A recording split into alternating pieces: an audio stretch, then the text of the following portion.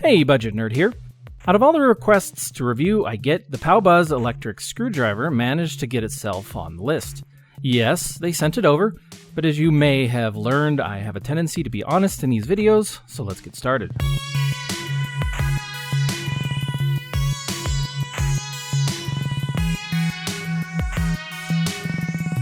I'm fairly handy. I like to do most things myself. A smaller electric screwdriver like the SD-1009 could come in handy for a few things. Of these 4 features on the box, only the non-contact current measurement feature is interesting. It's actually current detection, not measurement, but I digress. In the box is the manual, and here's the electric screwdriver. It feels like it's built well. It has a good solid heavy feel.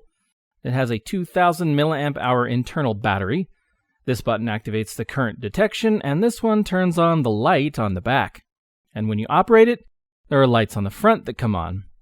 You also get a charging cable, a few full-size bits, and a small set of smaller specialty bits. The bits are magnetic, which is always a welcome feature in my book. The chuck looked like it was centered, and there wasn't any wobble or play at all. So some things you can do with this screwdriver. You can replace door hinges. Although this middle one is pretty long and goes into a stud, and its 3 Newton meters of torque do struggle, but nearly gets there. When it does hit enough resistance, it will stop to protect the motor. Moving on, you can replace doorknobs, work on striker plates, open up your laptop, and lose the screws and then not be able to put it back together. Some things you can't do with this is build a house, or build a deck. It would barely get the screws in far enough to make a difference. I know this isn't shocking, but as long as you use it for the proper tasks, it's a helpful tool to have. I replaced a few outlets in my son's room that were way loose. The power adapters would constantly fall out. It's perfect for this sort of thing. I even used the current detection feature to make sure the power was off.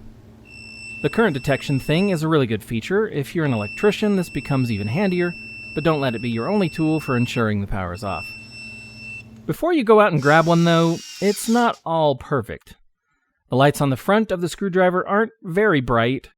The plastic chuck cover was cracked out of the box. It's just cosmetic, but it is a bummer.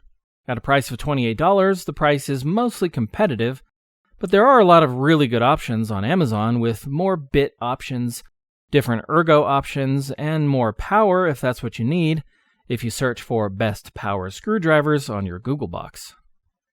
This is a decent little screwdriver, but by far my biggest complaint is the location of the buttons. When I grab the screwdriver, I instinctively would grab it like this. It would allow me to get a good grip on the screwdriver. If they had put the buttons here, then I would be the happiest, money-conscious nerd ever. But they didn't, so I'm not.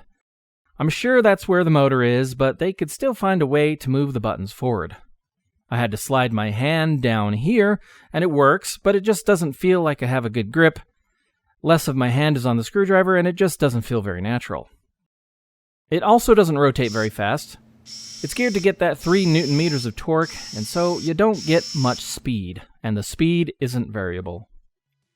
The whole package isn't bad, but other than the current detection, it does struggle to stand out. If you work with power a lot, and as long as you know its place, it's a decent option. For the rest of you, continue to do your homework, and should you choose to grab one, there's a link below. Thanks for checking out the video, and thanks for watching.